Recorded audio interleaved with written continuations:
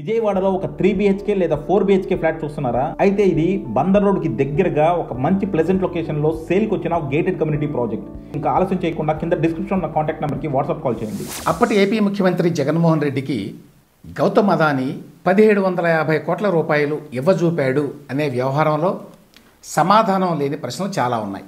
అందరికీ తెలుసు, గౌతమ్ అదానీ ప్రధాని నరేంద్ర మోదీ చాలా సన్నిహితులు.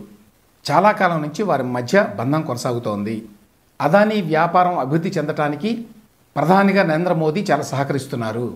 ప్రభుత్వ పరంగా అన్ని వ్యవస్థల్ని అదానీకి అనుకూలంగా వాడుతున్నారు. ఇట్లాంటి విమర్శలు చాలా ఉన్నాయి. జాతీయ స్థాయిలోనే కాదు, అంతర్జాతీయ స్థాయిలో కూడా ఈ విమర్శలు ఉన్నాయి. మరి ఇద్దరి మధ్య అంత బంధం ఉంటే ఒక రాష్ట్ర ముఖ్యమంత్రి అయినటువంటి జగన్మోహన్ రెడ్డి ఏ విధంగా గౌతమ్ అదానీని లంచం డిమాండ్ చేయగలిగాడు అనేటువంటి ప్రశ్న ఉదయిస్తుంది. ఈ విషయం బీజేపీకి తెలిస్తే ఏమవుతుంది, ఈ విషయం ప్రధాని నరేంద్ర మోదీకి తెలిస్తే ఏమవుతుంది అనేటువంటి భయం జగన్మోహన్ రెడ్డి గారికి ఎందుకు కలగలేదు.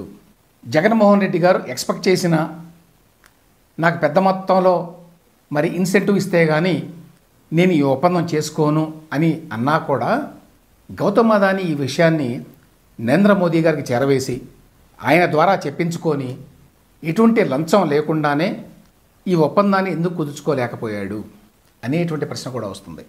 మరొక అంశం ఏంటంటే 2019-24 మధ్యకాలంలో నరేంద్ర మోదీ వైఎస్ జగన్మోహన్ రెడ్డి మధ్య మంచి సంబంధ బాంధవ్యాలు కొనసాగినాయి. ఇద్దరూ కూడా చాలా ఇచ్చిపుచ్చుకున్నారు. ఆనాడు బీజేపీకి వైఎస్ జగన్మోహన్ రెడ్డి గారి ఎంపీల అవసరం ఉంది. ఆనాడు వైఎస్ఆర్సీపీకి పార్లమెంట్లో మంచి బలం ఉంది. ఎస్పెషల్లీ రాజ్యసభలో వాళ్ళకి చాలామంది ఎంపీలు ఉన్నారు. ఆ ఎంపీల అవసరం బీజేపీకి చాలా చట్టాలని పాస్ చేయడంలో అవసరం ఉంది. అందువల్ల ఇద్దరి మధ్య కూడా మరి ఆ ఫ్రెండ్షిప్ కొనసాగింది 2019-24 మధ్యకాలంలో. కాబట్టి నరేంద్ర మోదీ గారు కాకి చేత కబురు పంపితే జగన్మోహన్ రెడ్డి గారు వెంటనే గౌతమ్ అదానీతో ఒప్పందం చేసుకునేవాడు కాదా? అలా కాకుండా ఆయన చూస్తూ ఎందుకు ఊరుకున్నాడు? ఇది మరొక ప్రశ్న.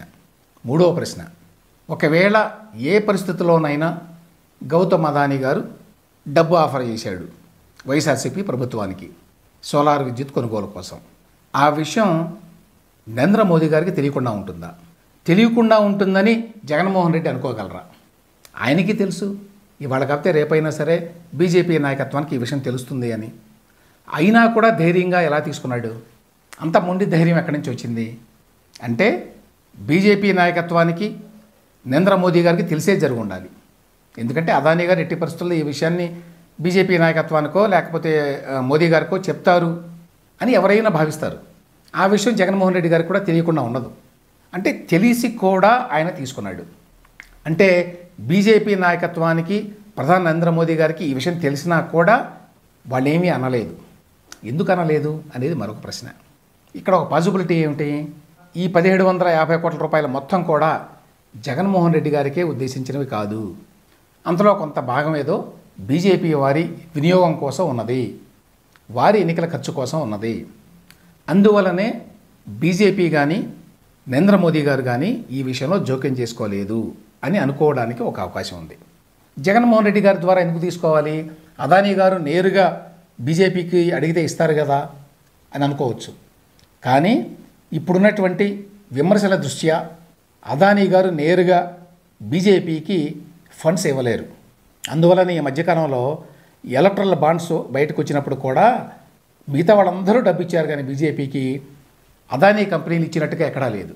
ఎందువలనంటే ఆల్రెడీ వాళ్ళిద్దరి మధ్య బంధం ఉన్నది కాబట్టి ఈయన డబ్బులు ఇస్తే అది విమర్శలకు లోనవుతుందని చెప్పి దూరంగా ఉన్నట్టుగా బయట ప్రపంచానికి చూపించాలి.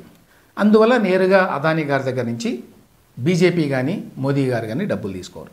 ఇక్కడ ఇంకొకటి ఏంటంటే బీజేపీలో ఏ ఒక్క నాయకుడు వ్యక్తిగతంగా లంచాలు తీసుకోరు అనే మాట కూడా వాస్తవం. కనీసం ఇప్పటిదాకా ఉన్న సమాచారాన్ని బట్టి ఏ ఒక్క వ్యక్తి ఇంక్లూడింగ్ నరేంద్ర మోదీ వాళ్ళ వ్యక్తిగత అవసరాల కోసం లంచాలు తీసుకున్న దాఖలా లేదు. పార్టీ అవసరాల కోసమే తీసుకుంటారు. ఇక్కడ కూడా జగన్మోహన్ రెడ్డి గారి ద్వారా ఆయన కాండ్యూట్ ద్వారా ఈ డబ్బులో కొంత భాగాన్ని బీజేపీ యొక్క ఎన్నికల ఖర్చు కోసం తీసుకొని ఉండేటువంటి అవకాశం ఉన్నది అనేది ఒక లాజికల్ ఇన్ఫరెన్స్. ఇలా ఎందుకు అనుకోవాల్సి వస్తుందంటే ఈ విషయం బయటపడిన తర్వాత కూడా కేంద్ర ప్రభుత్వం కానీ నరేంద్ర మోదీ గారు కానీ ఆగ్రహిస్తారు, దీని మీద ఏమైనా దర్యాప్తు చేస్తారు అనేటువంటి భయం జగన్మోహన్ రెడ్డి గారికి లేకపోవడం. ఆయన అప్పటికి ఇప్పటికీ బుకాయిస్తున్నాడు, ఇందులో ఏమీ తప్పు లేదు అని. ఆ బుకాయింపు రోజు రోజుకి ఎక్కువ అవుతోంది. ఎందువల్ల? ఈ విషయంలో నరేంద్ర మోదీ గారు కానీ బీజేపీ ప్రభుత్వం కానీ సెంట్రల్ గవర్నమెంట్ కానీ ఏమీ చెయ్యవు అనేటువంటి ధైర్యం జగన్మోహన్ రెడ్డి గారికి ఉండబట్టే. ఇది కూడా ఒక లాజికల్ ఇన్ఫరెన్స్. ఒకవేళ ఈ రకమైన అవగాహన లేకపోతే వీళ్ళందరి మధ్య ఈ పార్టీకి జగన్మోహన్ రెడ్డి గారి మీద కేంద్ర ప్రభుత్వం బీజేపీ నాయకత్వం ఆగ్రహించి ఉండేది కాదా? జగన్మోహన్ రెడ్డి మీద ఏమాత్రం అవకాశం వచ్చినా పెద్ద ఎత్తున దాడి చేసేటువంటి టీడీపీ జనసేన పార్టీలు ఇప్పుడెందుకు ఈ విషయం మీద ఆ స్థాయిలో రియాక్ట్ కావడం లేదు? ఎందుకంటే ఈ వ్యవహారంలో జగన్మోహన్ రెడ్డి ఒక్కడే కాదు ఇన్వాల్వ్ అయింది. బీజేపీ నాయకత్వానికి తెలిసే ఇదంతా జరిగింది. ఇందులో బీజేపీ అదానీ కూడా ఉండటం వల్లే ఇప్పుడు టీడీపీ జనసేన జగన్మోహన్ రెడ్డి పాత్ర మీద మాట్లాడలేకపోతున్నాయి అని అనుకోవాల్సి వస్తుంది. ప్రస్తుతానికి ఇవన్నీ కూడా జవాబు లేని ప్రశ్నలు.